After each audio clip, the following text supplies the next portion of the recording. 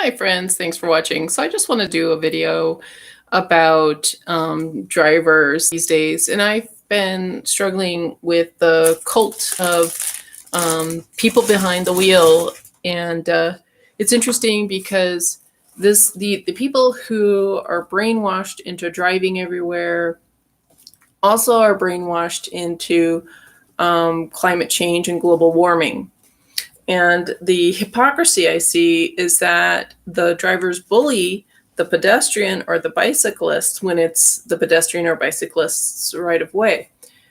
Or the driver doesn't really know how to drive. The driver doesn't know how to stop when the pedestrian is trying to cross. So I've talked about this before, but time and time again, so there's what's called the crosswalk, and drivers tend to park on the crosswalk. And today this happened where there's no traffic because there's an event going on in another part of town. So there was no traffic. And but the person just chose to park, and they look stunned. They look shocked. They look surprised. And it's as if they expect all the traffic around them to stop because they're parked on the crosswalk. And so for those who have never been on a bicycle before, for those who never walk, somehow they're always in a car, maybe they're in a wheelchair, and so they don't know the physical expense it is to walk several blocks in 90-degree heat, when there's drivers who don't know how to drive. And so when you're walking or bicycling, the bicyclist or the pedestrian has to be aware of every driveway, because drivers don't realize that there's actual people walking on the sidewalk that's part of the driveway. And so it behooves the pedestrian or bicyclists to watch every crosswalk and every driveway, every little alleyway, because drivers have this lead foot and they just come bursting out of alleys and driveways and crosswalks. So this is a little message for those who don't realize, when you're walking or when you're bicycling, you actually have a right of way. It's when you have a stoplight and your car is supposed to be, like, I think, a full car length from the edge of the road. So for those of you who park right on the crosswalk, that's wrong. I think that's illegal. And pedestrians, people in wheelchairs, bicyclists, there's actually this part of the road that belongs to us. That's for us to use when it is our light. And so when you're parking on the crosswalk, you're infringing on our constitutional right to travel. And it's interesting because it seems like a majority of people don't know how to drive, and they don't know how to share the road. They have no interest in sharing the road, particularly with pedestrians or bicyclists. And I have had friends who try to justify that they just don't see the pedestrian, even though it's visible. And I've known people who think that all pedestrians and bicyclists need to stop at every driveway. So there's like 3 driveways, 5 driveways on a sidewalk. So a pedestrian or a bicyclist is supposed to stop every time. It's very frustrating, and yet this is the zombie culture that we're in. Everybody's on their medications. People have no morality. They have no, their only morality is this virtue signaling. And anyways, and I notice people are like, why aren't you smiling? Why aren't you so happy? You're riding a bicycle. Isn't it so ideal? Isn't it just the wonderfulest thing? Some people ride a bike because that is their choice. Some people ride a bike because they like the fresh air. They like being closer to nature, which is definitely a part of my motivation. and some of us have no other choice. And so when drivers have the sense of entitlement that they get the whole road to themselves. Like another thing I notice is people in the grocery store. So so you have this side of the grocery store, this side of the this side of the aisle, that side of the aisle, and people will just stay right in the center, and they'll little crowd. So nobody can go by. I don't understand. Like, and I think maybe people are so stressed out, they're so medicated, maybe they have some weird microchip, maybe they're not even completely human, maybe they are part hybrid clone or something like that. And of course, being that I'm in the Midwest, people don't know how to share space, and they see no reason to. Somehow, and it's white, it's Asian, it's Latino, it's black, it's gay, it's straight. People are like, I get all this space. I have all this space, even though it's a store or a road or a sidewalk or something. There's no room for you. And I can understand, people excited, oh, I bumped into my friend and blah, blah, blah. But these are people who are just taking their time shopping, and they just have no clue that this isn't their store. The whole Safeway is not their store. That whole aisle is not their whole aisle. And one last thing I want to say is, so there's nice little neighborhoods, so that's what I've been doing. I've been avoiding the main throughways because drivers are just absolutely insane, and there's no shade, and it's just so unpleasant here. And so and that's where this lady, she's having a panic attack. She's parked on my right of way. She's parked on my crosswalk. And somehow, for some reason, she's expecting me to stop even though there's no traffic. So she can pull out. She can go wherever. But no, she has to sit and check her phone, change her ringtones, make a call to grandma. I don't know what. But if you're somebody that's like, oh, let's go for a drive in this nice, quaint little neighborhood. If you are just doing a joyride, chill out, and follow the laws, follow the driving laws. All right. You are not on your way to work. It's not 6 o'clock in the morning. It's not rush hour. You're not on the way to the doctor. Okay. It's a Saturday afternoon. You're on vacation. Don't ruin this nice neighborhood for the rest of us, for the people who are actually on foot, for the people who are on their bicycles, okay?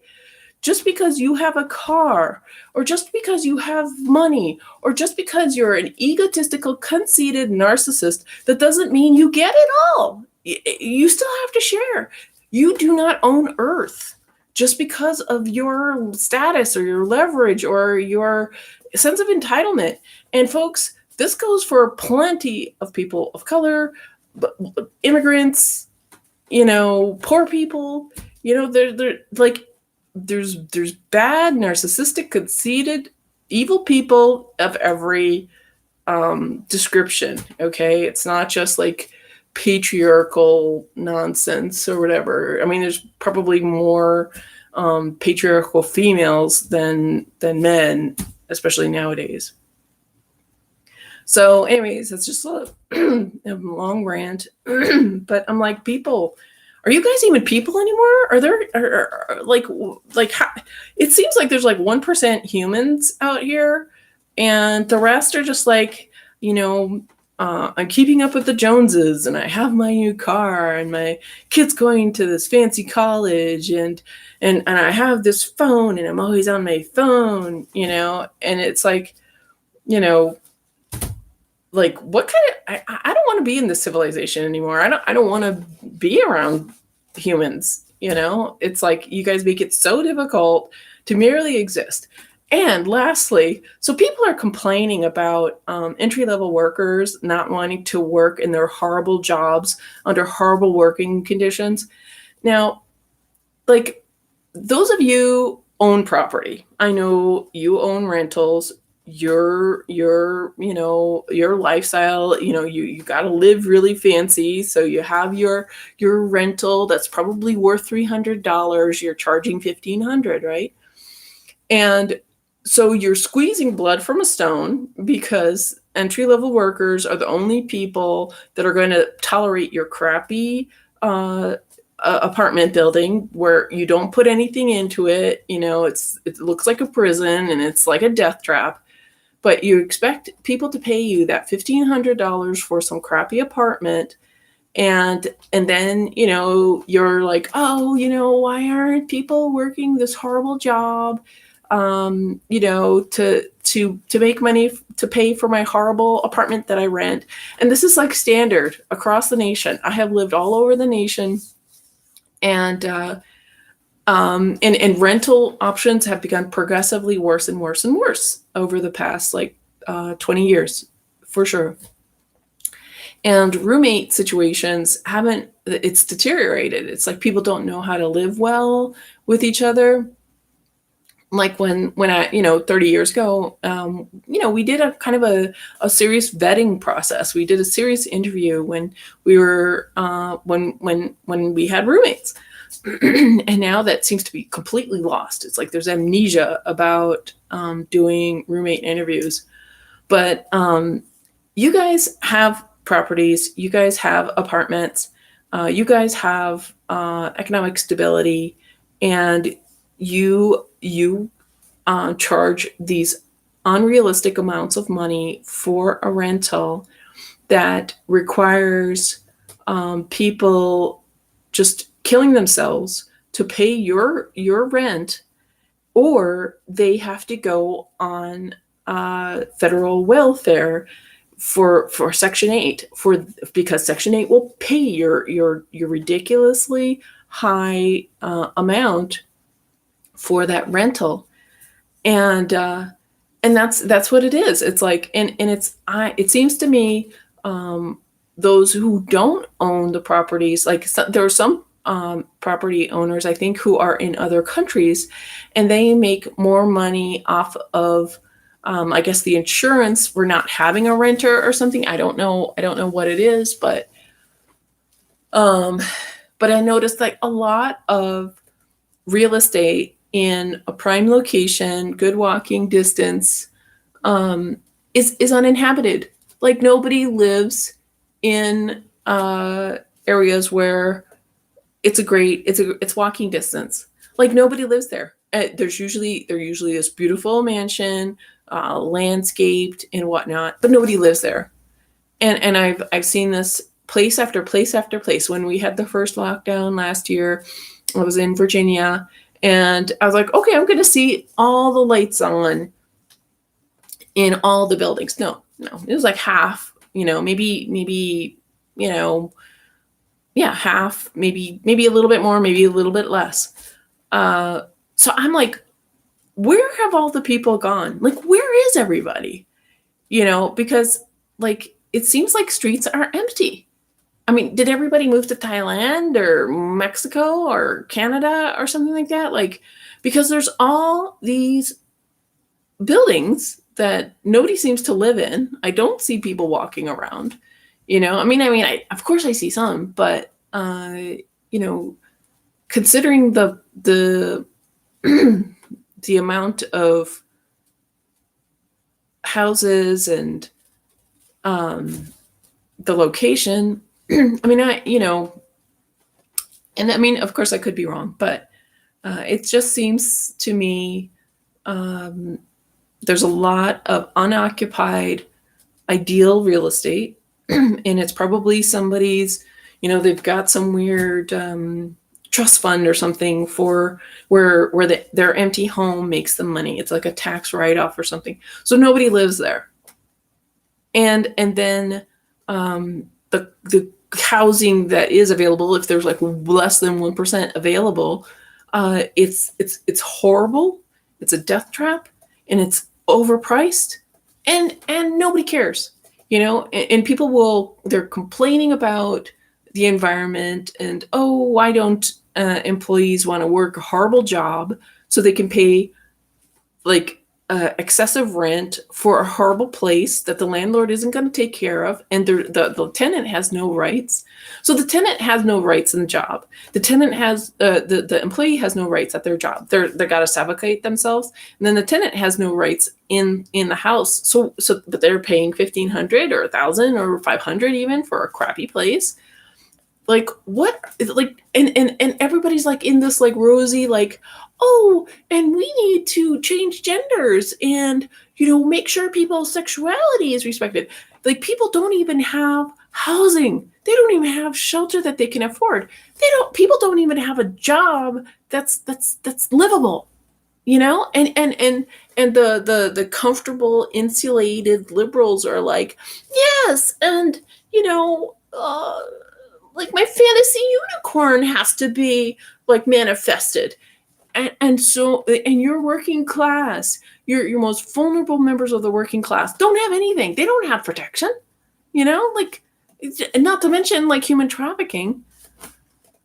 So I guess those are all my thoughts that came to mind today about just the hypocrisy and the failure of civilization and the failure of the self-righteous people who think that they're so noble right now, and they have totally missed the boat and they've totally failed the world. They have like the people who think that they're saving the world by focusing on children's sexuality and changing their gender and changing their orientation. They think that that's like the ultimate goal. You know what? The ultimate goal is to help people have a safe place to walk in your neighborhood, to have a decent job, a safe job that pays adequately. I'm not talking about, I don't know enough about, wages and fixing them, but a safe job, a decent job, and then a safe housing. I think that is more important than changing some child sexuality and gender identity, really. And it would be nice if the educated people with influence realize that too. So thanks for listening.